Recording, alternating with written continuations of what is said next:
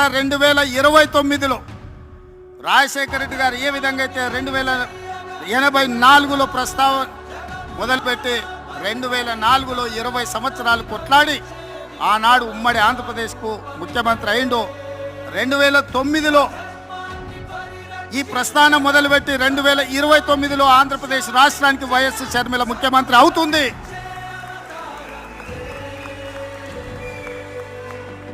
కార్యకర్తల త్యాగం, వైఎస్ షర్మిల పోరాటం ఊరికే పోదు, ప్రజలు నిశితంగా గమనిస్తున్నారు.